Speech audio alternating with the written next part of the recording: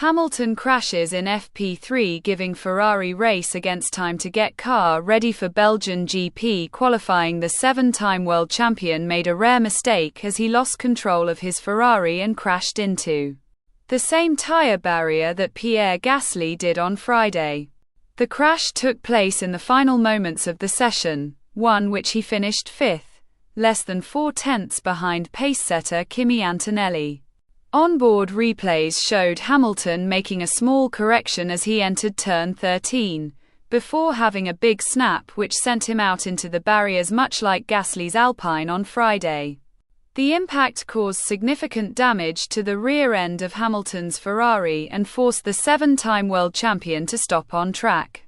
"Yeah, I have destroyed the car, mate," Hamilton told his team over the radio, who now have a big race against time to get his car ready for qualifying.